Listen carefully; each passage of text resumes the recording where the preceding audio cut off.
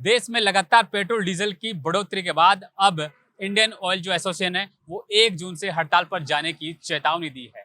Indian oil association के जो अध्यक्ष है राजेंद्र सिंह भाटी ने सरकार को चेतावनी दी है कि 1 जून 2026 से पहले अगर इंडियन ऑयल के डीलर्स के साथ अगर सरकार सफल वार्ता नहीं करती है तो 1 जून के बाद जो इंडियन ऑयल के डीलर्स हैं वो हड़ताल पर जाएंगे। हालांकि इस हड़ताल की क्या कुछ संभावना है, यह भी ज्ञापन दिया जा चुका है सरकार को, लेकिन मैं आपको बता दूं हिंदुस्तान पेट्रोलियम और भारत पेट्रोलियम ने वो हड़ताल पर नहीं जाएंगे, लेकिन उन्होंने पेट्रोल डीजल की जो यूं कह सकते हैं कि उन्होंने लिमिट जो है तय कर दी है, सीमित कर दी है। यानी कि मान सकते हैं कि देश में अभी पेट्रोल डीजल की जो कीमतें हैं लगातार बढ़ रही है।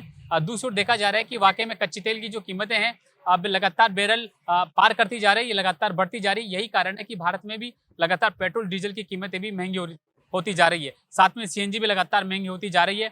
देखने वाली बात होगी कि इंडियन जो ऑयल एसोसिएशन के साथ में कौन कौन से पेट्रोल पंप और उनके साथ में आते हैं, कौन कौन डीलर्स इनके साथ में आते हैं। लेकिन एचपी और हिंदुस्तान पेट्रोलियम और भारत पेट्रोलियम ने तो साफ कर दिया है कि वो हड़ताल पर नहीं जाएंगे। लेकिन उन्होंने भी अपने पेट्रोल पंप्स की जो डीलर्स हैं उन्होंने मीटिंग करी और उन्होंने एक जो है कि प्लान बनाया और बिल्कुल एक पैरामीटर पर तय किया गया कि दिन का 50 लीटर से ज़्यादा एक गाड़ी को नहीं दिया जाएगा। यानी कि हिंदुस्तान पेट्रोलियम और एचपी और भारत पेट्रोलियम ने जो एक दिन की जो लिमिट होती है पेट्रोल डीजल की उन्होंने सीमित कर दिया है। लेकिन इंडियन ऑयल के जो एसोसिएशन के जो अध्यक्ष है राजेंद्र सिंह भाटी ने आरोप लगाया है कि सरकार अगर हमारे साथ सफल वार्ता नहीं करती है 1 जून के बाद वो हड़ताल पर जाएंगे। हम आपको बता दें जो डीलर्स एसोसिएशन के जो अध्यक्ष है राजेंद्र सिंह भाटी ने सरकार पर यह भी आरोप लगाया कि जो कंपनियां हैं मन मर्जी से तेल कंपनियां जो है डीलर्स पर दबाव बना रही है, सरकार भी वेट कम नहीं कर रही है। तो दूसरी ओर जो नेता जो रैलियां निकालते हैं उनकी गाड़ियों में फ्री डीजल भरवाया गया है,